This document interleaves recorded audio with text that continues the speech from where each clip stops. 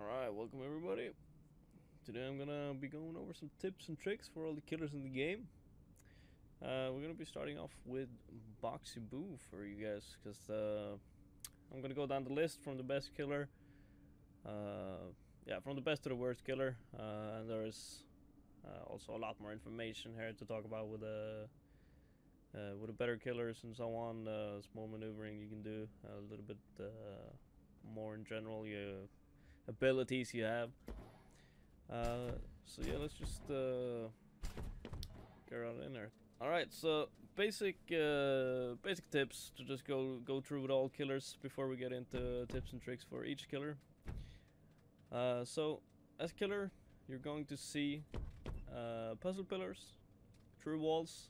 You're going to see puzzles that are being failed by players, and you can see toy parts that are dropped on the ground. What you can do with this information is you can run around and patrol the toy parts that are on the ground to make sure no one picks them up and deposits them. You see where the puzzle pillars are, so if you're not familiar and you don't really know where the pillars are, you can use that to patrol the pillars. And if someone is failing a pillar, you will see that red little square, and you will usually find a survivor either hiding nearby, or you will see him running away as soon as he hears you getting closer. When you start off as Boxy Boo, you're gonna have a couple of different abilities. First off, he has the highest standard jump out of all the killers.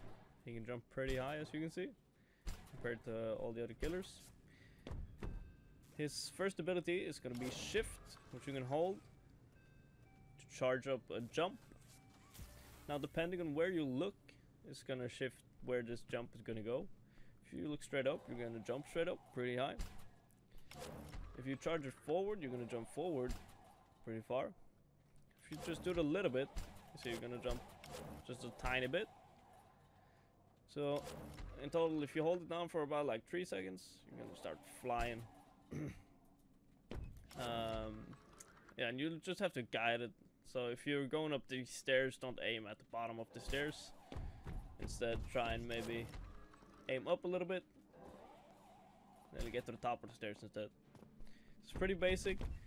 Just play around with it a little bit, try it out. See my friend right there, you can jump all the way over where he just was. So it's a very quick way to get around. It's also going to be quicker to get around the map instead of running normally. So if you see how long it takes for me to run normally over the map, it's gonna take quite a while. So if you instead hold down the button for 3 seconds, shoot yourself over, and then do a bunny jump like I did right there. Bunny jumping is gonna be when you hit your jump button as soon as you hit the ground, to keep your momentum in the jump and still go forward. If you can't quite get the bunny jump in, it's still gonna be faster by just leaping 2 times and then we're over.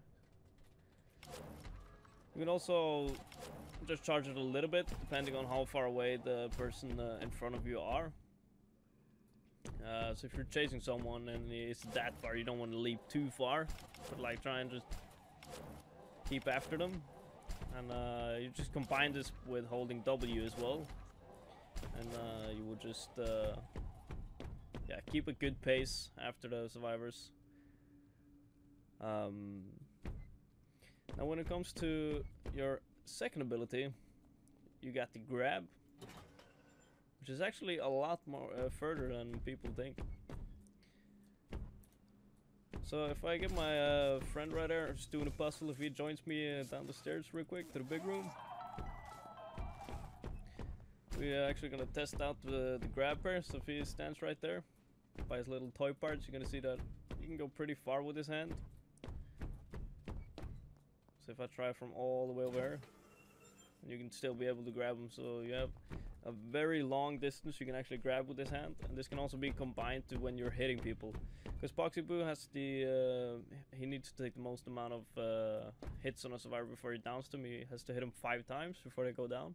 Usually you get 2 or 3 hits on them before they're able to run away with just normal running. As soon as they get out of your reach, all you have to do, press right click, drag them right back to you and finish the job. Alright, so I'm gonna show you guys right here. So if you're chasing a survivor, as I said, you can use the shift to catch up. And you can get about 2 or 3 hits and then you can drag them to you like that. And then you can finish up the job. Usually you're going to be able to get in enough hits on the survivors before they actually get away. However, you gotta be careful though, because they got the doors that I can use to shut on you. Which is probably gonna do right here, because you got some distance. I mean, you can catch up. And they're gonna close the doors on you. What you can do then, to actually counter this with Boxy, is that if there's a door or a little vent like this that they're trying to run to, a window or something, if you're quick with it, you can grab them and disorient them, make them run into a wall or something, which is also gonna let you get closer. So I tried to do there, I failed it, but if you're very quick with it, if he runs back to the door and he tries to close it, if you're quick with it, you can actually drag him back and trap them in there with you. So don't overuse your right click. Try and use it for the moment you need it, unless you're like right behind them. I mean, the countdown is only about 5 seconds, so you're gonna get it back pretty quickly. And then if you combine your abilities, you see he ran in there, you managed to close the door, came around, and you use your shift ability to get up here. And you can catch up with him that way again. So you have to listen to footsteps and try and listen your way to where people are. You also got the footsteps that are coming behind the survivors, which last for a couple seconds. It's not the greatest. I don't really use that to track down survivors. I mostly use Boxy Boo's music, which doesn't play right now because there's a bug if you're in the lobby with only one other player. The music's not gonna play. However, there are music going to be playing in the background with Boxy, and the louder the music gets, the closer to a survivor you get. So I'm actually gonna show you guys in the public lobby what music I'm talking about, so you guys get a feeling of that. Alright, for the next killer we're going through, it's gonna be Mummy Longlegs, which is gonna be the second best killer that there is in the game so far. Someone is gonna argue that she's the best, but I think that she's very newbie friendly. She's not as complicated as Boxy on her tricks to actually be able to do stuff. As you can see right now, I'm hanging in the roof, which you can use to ambush people because they're not really gonna look up in the sky. She has a couple different abilities I'm gonna show you right now. So the first ability that Mummy Longlegs has is her space. She's gonna shoot out her hand, and she's gonna, as soon as she hits something, she's gonna drag herself up there and latch onto there. If you hit space again, you're gonna do a little leap from that place, which you can use to ambush. She doesn't have any jump mechanic, so she can't jump at all, which is gonna suck if the survivors are doing a jump over an obstacle. You have to look up, drag yourself over, and then keep going on the chase, which is gonna be quite annoying sometimes. But as soon as you learn to do it quick, it's gonna be all right. There's also a couple other things I'm gonna show you that you can do with a hand. So usually when you have these small corridors that the survivors are running through, you have to crouch, and it takes very long to get through. However, with Mummy, if you use your space, you can drag yourself straight through without losing any speed. So keep that in mind. If a survivor runs through one of these, use your space and you will get through immediately. Now, her second ability is going to be the wall hack ability, as you would call it. You press E, then you can actually see through the wall for a little second or two, and you can see my buddy was all the way over there. So I'm actually gonna run over there. So that's very useful for trying to find people. If you can't find anyone, if you don't hear any footsteps, no one's failing any puzzles, Then you can actually see them through the wall with that eye, and you can go hunt them down from there. Now it's gonna take 3 hits to down a survivor with mommy. And usually as soon as they see you, they're gonna start running. But that's when your third ability comes in handy, which is actually web shooting. So when you get a good aim on people, you hold right click and you're gonna see you slow them down, and they can't jump. They can do a little roll, but that's about it, and they slow very much down, as you can see, which is gonna give you a lot of opportunity to get a couple hits in. This can also be useful if they run through a door or a corridor or something where you have to crouch under. You see I'm losing a lot of speed. However, if you use your right click, slow them down, you're gonna catch up pretty easily. You move at the same speed through the holes.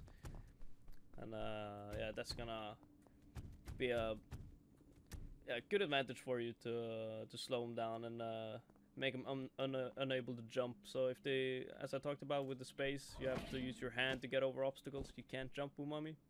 You're gonna disable their ability to jump as well, which is pretty good. Now for the last tactic we got with mommy. It's a friend of mine that I invented. It's called Ryo. I don't know if we're gonna call it the Tarzan tactic or the Ryo tactic to name it up after him. But what you do, instead of the normal walking, as I showed with Boxy, you use leaping instead to get forward. So instead of the normal walking, you actually got the swinging tactic, Tarzan tactic, whatever you want to call it. Which you use your hand to like swing through the room instead, because usually there's a lot of obstacles there. So say if the survivor is behind this fence, I can't get around, I have to go around the whole place. The best thing is gonna be to just shoot your hand up in there, release, and just repeat, and chase him down. This is gonna work in every open room. It's especially useful for Toy Factory.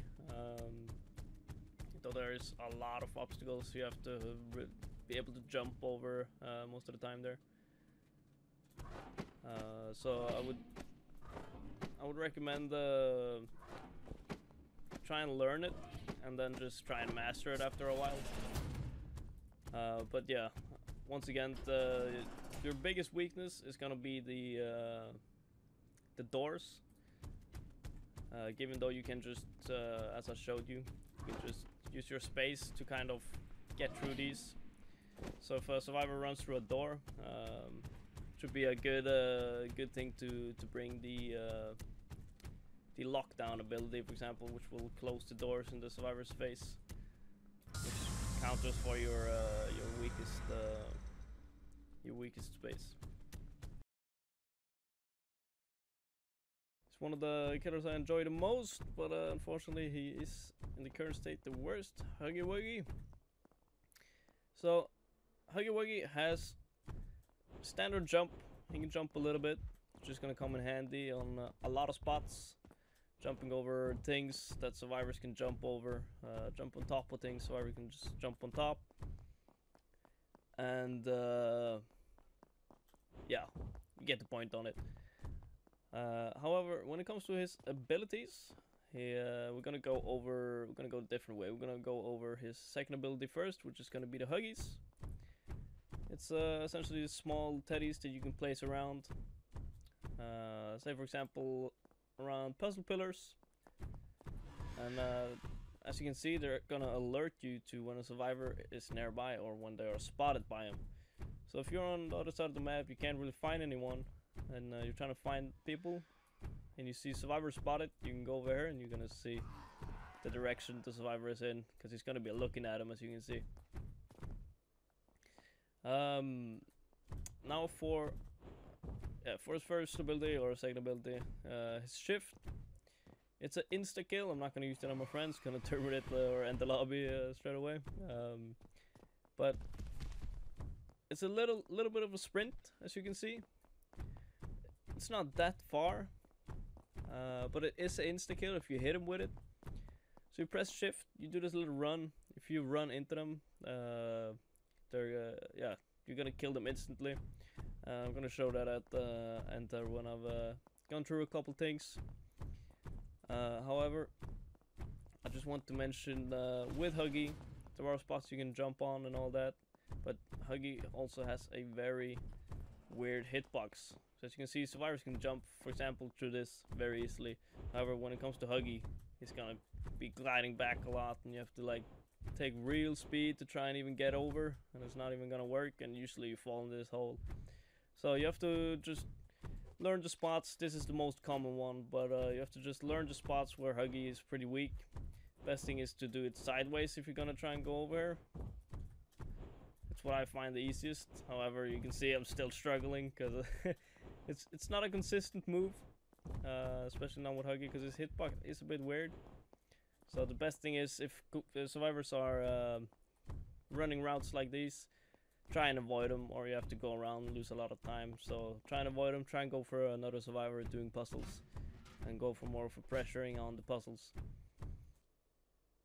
Alright, so another basic that you have to know with Killer is so survivors are sometimes gonna hide. It's not often they actually use these lockers around the map, but sometimes they do. And if you listen closely, I'm gonna turn up my volume a little bit for you guys, so you can actually hear their breathing if they're not holding their breath, or when they can't hold it anymore. You can actually hear them, so you can know where they are.